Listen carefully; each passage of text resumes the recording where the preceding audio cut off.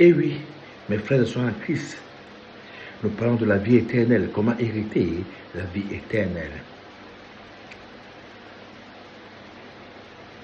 Je vous ai parlé de ce jeune homme riche qui est venu voir Jésus.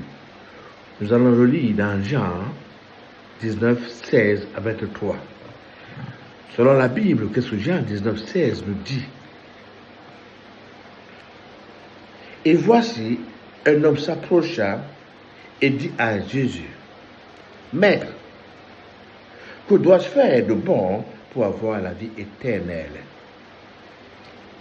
Il lui répondit, « Pourquoi m'interroges-tu sur ce qui est bon? Un seul est le bon. Si tu veux entrer dans la vie éternelle, observe les commandements, lesquels, maintenant le jeune homme demande à Jésus, quel genre de commandement il doit observer. Jésus lui répond, tu ne tueras point. C'est bien, mes frères et sœurs en Christ, car le royaume des cieux est proche de chacun de nous. Il est là, autour de nous. Et pour hériter ce royaume des cieux, pour avoir la vie éternelle, Jésus répond à ce jeune homme que tu ne tueras point. Parce que le jeune homme lui dit, comment allons faire? Jésus lui dit, tu ne tueras point. Tu ne commettras point d'adultère, tu ne déroberas point, tu ne diras point de faux témoignages. Parce que de nos jours, beaucoup de jeunes et de nos anciens, de nos pères, font de faux témoignages pour faire le mal à autrui. Beaucoup jeunes. Voilà encore notre problème, jeûner. Ils croient que jeûner, ce n'est pas manger, ne pas boire. Mais non. Nous allons voir ça un autre jour. Mais jeûner, ce n'est pas ça. Le jeûne que Dieu désire, on le trouve dans Isaïe 58. Oui. Un autre jour, on parlera de ça, de jeûne. Le jeûne ne nécessite pas seulement de ne pas manger. Non. Il faut être amour, savoir donner, partager. C'est le jeûne, oui.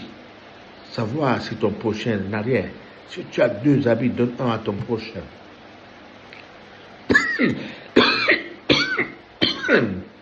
Pardon, c'est de ce jeûne que Dieu aime. C'est ça le vrai jeûne. C'est une parenthèse. Alors, le jeune homme qui demande à Jésus comment faire pour hériter, pour avoir la vie éternelle. Jésus lui dit, en appelant Jésus le bon, Jésus dit qu'il n'y a que le Dieu qui est bon. Il n'y a que Dieu qui est bon. Alors, tu ne tueras point, tu ne commettras point d'adultère, tu ne déroberas point, tu ne diras point de faux témoignages. Je disais que beaucoup d'entre nous ne font que de faux témoignages. Si nous voyons ce qui se passe maintenant dans le monde est plein de fausseté. Et oui, les gens mentent pour survivre, mentent pour faire du mal à autrui. Tu n'auras pas la vie éternelle, toi qui mens. Non, tu es loin, loin de la vie éternelle. Toi qui commets l'adultère, tu es loin de la vie éternelle. Il n'est pas dit que quand tu es riche, tu ne peux pas avoir la vie éternelle. Non. Quand tu es riche et que tu fais du bien, automatiquement tu as la vie éternelle. Oui. C'est parce que Jésus a dit que le riche, il est difficile au riche d'entrer dans la vie éternelle que le pauvre. Mais non, le riche aussi peut entrer dans la vie éternelle. Sachez-le. Parce que maintenant, de nos jours, les riches se convertissent. Ils se repentent. Oui. Et parce que, voyez, ils ont essayé de faire les loges. À la fin, ils voient qu'il n'y a qu'une seule voie, c'est de Jésus-Christ.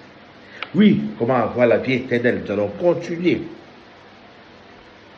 Honore, il le dit, honore ton père et ta mère, et tu aimeras ton prochain comme toi-même. La base, comment avoir la vie éternelle. Tu dois honorer ton père et ta mère.